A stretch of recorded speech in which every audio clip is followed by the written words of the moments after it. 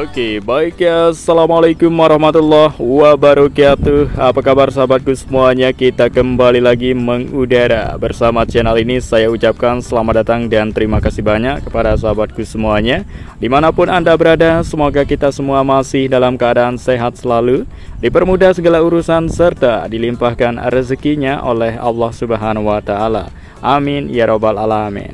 Baiklah, pada kesempatan siang hari ini ya, pada tanggal 15 Oktober 2024, kita kembali lagi ya untuk melihat sirkuit Mandalika bagaimana terbarunya pada hari ini, serta kesibukan pengerjaan apa saja yang dilakukan.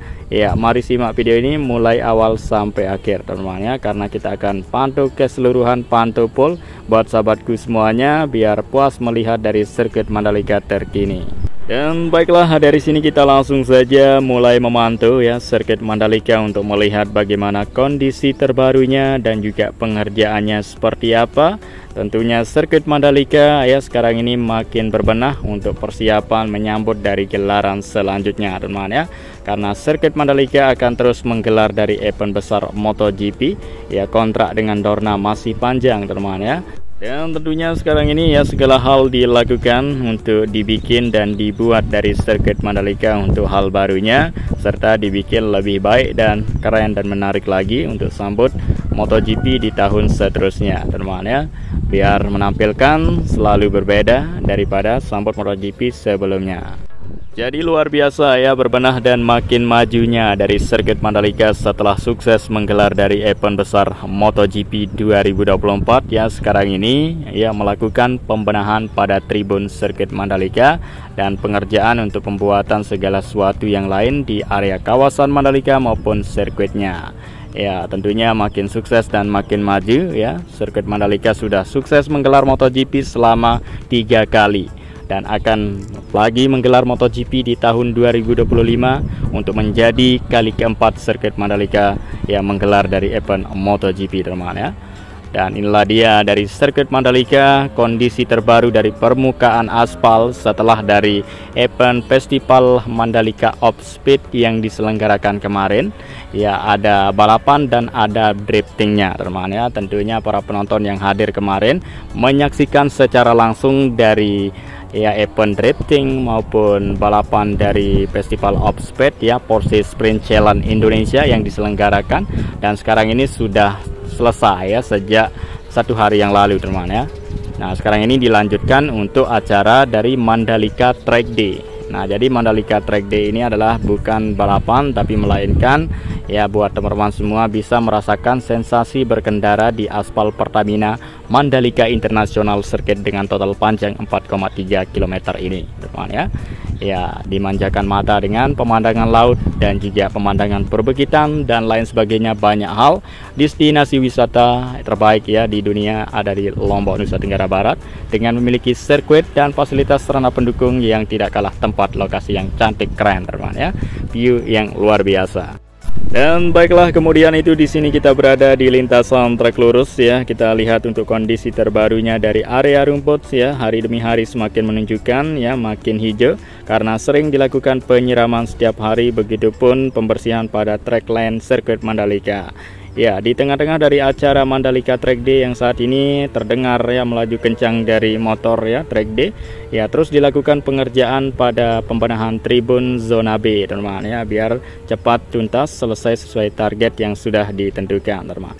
Jadi masih lama ya MotoGP diselenggarakan, tinggal 1 tahun lagi, tapi pengerjaan untuk pembenahan ini dilakukan ya mulai dari awal teman ya, tidak dikerjakan secara mepet atau seperti biasanya menjelang MotoGP baru dikerjakan, dan sekarang ini dikerjakan mulai sekarang ini ya, tinggal 1 tahun lagi MotoGP ya, supaya semuanya ya lebih awal ya sudah siap, rampung dan jadi untuk tribun sirkuit Mandalika dan siap dapat digunakan untuk para penonton ya menyaksikan dari gelaran MotoGP di tahun 2025 dan di tahun seterusnya.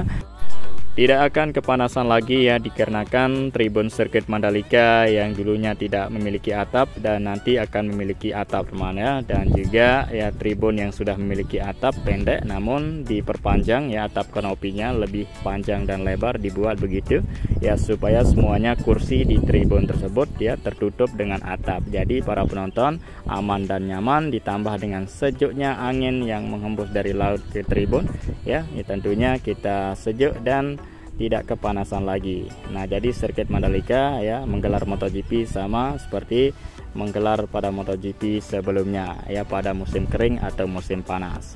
Ya, untuk melindungi para penonton saat ini pihak terkait dan para pekerja berupaya untuk melakukan pemasangan atap tribun ya di tribun B dan tribun C yang saat ini dilakukan pembenahan.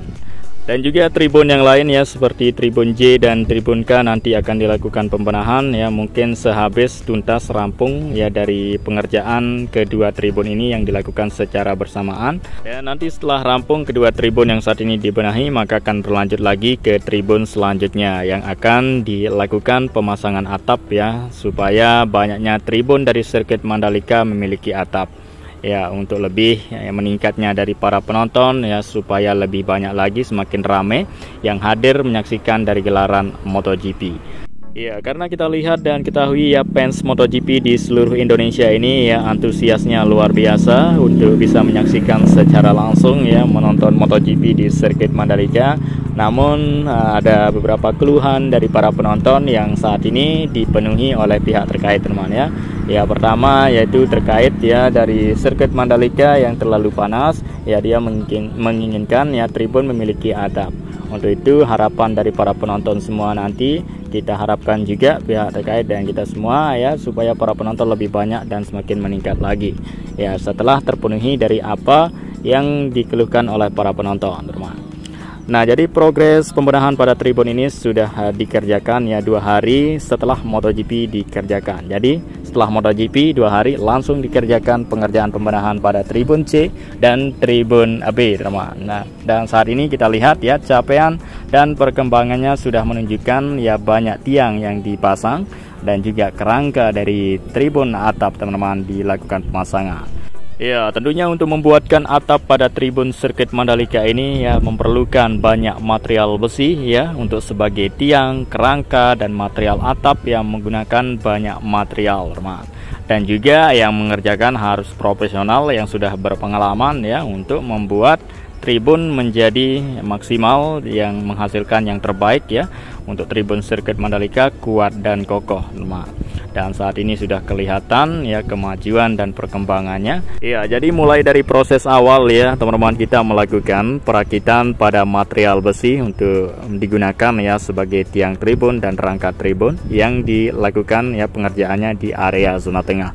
Setelah itu material dirakit ya, dirancang semenarik mungkin, maka akan dibawa di area belakang tribun dan sehingga sudah ditaruh semua ya, tinggal dilakukan pemasangan dari material besi yang sudah dirakit tersebut ya, untuk menjadi tiang dan kerangka tribun dan juga atap nanti akan dipasang di tribun sirkuit Mandalika tersebut.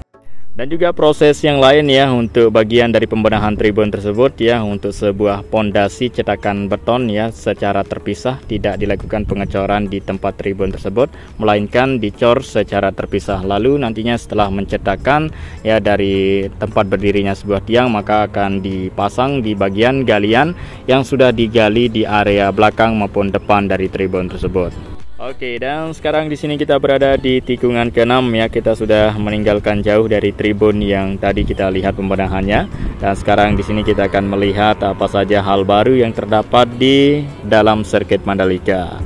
Nah, di bagian track limit ya, di sebelah kanan dari garis curb tikungan ke-7 teman, ada pemelebaran atau modifikasi ya, model agar lebih lebar dari model track limitnya untuk sirkuit Mandalika, menggelar balapan mobil ya, agar tidak langsung menyentuh ya ban dari balapan mobil tersebut dengan area rumput.